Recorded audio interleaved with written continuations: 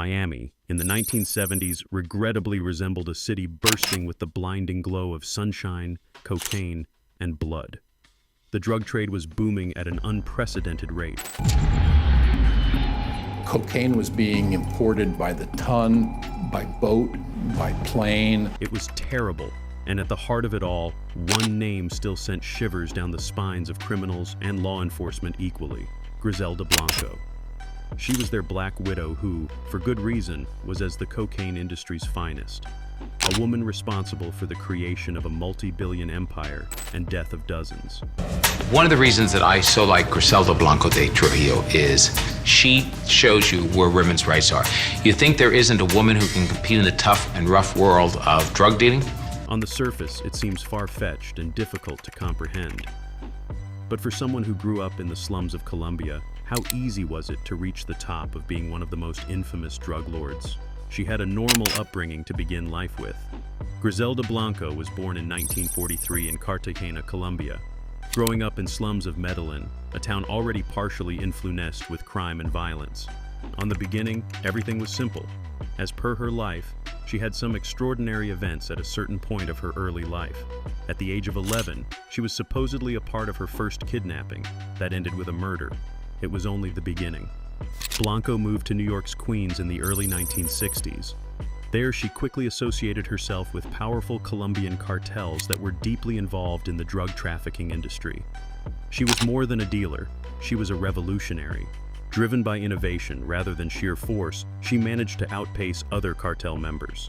Blanco was one of the earliest people to spearhead large-scale cocaine smuggling and came up with elaborate methods to avoid detection. One of her most notorious methods involved sewing secret pockets into underwear, enabling her traffickers to transport kilos of cocaine without being noticed. She did not go unnoticed for long. For her, the walls were closing in rapidly when law enforcement decided to take action. Blanco's heat was too high for her to handle, so she left to Colombia. A few years later, she was spotted in Miami, ready to access a city in the grips of a cocaine-fueled eruption. In 1975, the DEA set out to end cocaine trafficking in the U.S. with Operation Banshee. Miami in the late 70s was the perfect storm for a drug empire. The demand for cocaine was skyrocketing, and the competition was deadly. Blanco wasted no time. She established herself as the queen pin of the trade, running an operation that moved thousands of kilos every month. At her peak, she was raking in over $80 million a month. But power came at a cost. Blanco didn't just dominate the drug trade, she terrorized it. She had no patience for rivals and no hesitation in eliminating threats. Her preferred method: drive-by assassinations, often carried out by gunmen on motorcycles. It was a brutal, efficient way to send a message. Cross Griselda Blanco, and you wouldn't live to regret it. Her rise to power fueled Miami's infamous drug wars, a time when bodies piled up in the streets and the murder rate skyrocketed. The city became a battlefield with Blanco at the center of it all. The authorities knew she was responsible for countless killings, but proving it was another matter. Blanco was a ghost, always one step ahead. But she had enemies, many of them. As her power grew, so did the number of people who wanted her dead. Rivals, former allies, even those within her own organization began plotting against her. Blanco wasn't just the Black Widow because of her cruelty. She also had a habit of disposing of her lovers once they became inconvenient. She married multiple times, and each husband met an untimely, violent end. Yet despite the constant threats, Blanco remained untouchable. For a time, she was the most powerful woman in the underworld, feared by men who ruled with iron fists. But no empire lasts forever. Griselda Blanco didn't just thrive in chaos, she created it. Miami in the early 1980s was a city drowning in blood, and Blanco was its undisputed queen. With the cocaine pipeline flowing from Colombia, she had built an empire that operated with brutal efficiency.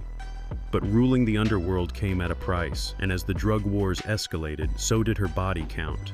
By now, Blanco's reputation had become the stuff of nightmares. Her ruthlessness was unmatched, and her paranoia grew with every dollar she earned. She ordered assassinations with chilling indifference. Rivals, informants, even those she once called friends, weren't safe. She had a network of sicarios, trained killers who carried out her dirty work with terrifying precision. And their most infamous method? The motorcycle drive-by shooting. Blanco's assassins rode through Miami's streets, gunning down targets in broad daylight. It was a signature move, one that struck fear into anyone who dared oppose her. The violence reached a boiling point in 1981. Blanco had long feuded with rival traffickers, but one conflict turned especially deadly: the war against the Ochoa family. The Ochoas were major players in the Medellín Cartel, and they weren't about to be pushed aside by the Black Widow. The rivalry erupted into a series of bloody assassinations, with both sides targeting each other's enforcers, couriers, and lieutenants. Miami became a battleground, and the murder rate soared. Blanco, however, was as reckless as she was ruthless. She didn't just kill for business, she killed for pleasure. She hosted drug-fueled parties where she'd plan her next moves, often indulging in cocaine binges that only fueled her paranoia. She trusted no one, not even her own inner circle. Anyone suspected of disloyalty disappeared, their bodies never found. But the real turning point came with one of her most infamous crimes: the Dadeland Mall massacre. In broad daylight, two of her hitmen stormed a liquor store, gunning down a rival trafficker and his bodyguard in a hail of bullets. The attack was so brazen, so public, that it sent shockwaves through Miami. The media dubbed it the cocaine cowboy era, and law enforcement had no choice but to act. Blanco had finally gone too far. The DEA and local police ramped up their efforts to take her down. Investigators knew Blanco was responsible for dozens of murders, but her network was nearly impenetrable. She moved constantly, operating from safe houses and using an army of lieutenants to handle her business. Still, the pressure was mounting. Blanco wasn't just fighting law enforcement, she was also making enemies within her own organization. She ruled with absolute terror, and those closest to her knew they could be next on her hit list. Her paranoia led her to lash out at those she once trusted. She even turned on her last husband, Dario Sepulveda. When their marriage crumbled, Sepulveda fled to Colombia with their son, Michael. But Blanco wasn't one to be crossed, not even by family. She had Sepulveda assassinated in front of their child, proving once again that no one was safe from her wrath. Despite the walls closing in, Blanco continued to operate from the shadows. She moved her operations to California, hoping to avoid the heat in Miami. But the DEA wasn't letting her slip away this time. After years of surveillance and investigation, they finally had enough to bring her down. In 1985, after evading capture for nearly 2 decades, Griselda Blanco was arrested in Irvine, California. The queen of Miami's drug wars was finally in handcuffs. But even behind bars, she remained a force to be reckoned with. Griselda Blanco had spent years dodging the law, but in 1985, her reign finally crumbled.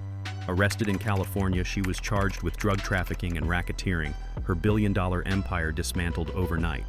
But even behind bars, the Black Widow remained as dangerous as ever.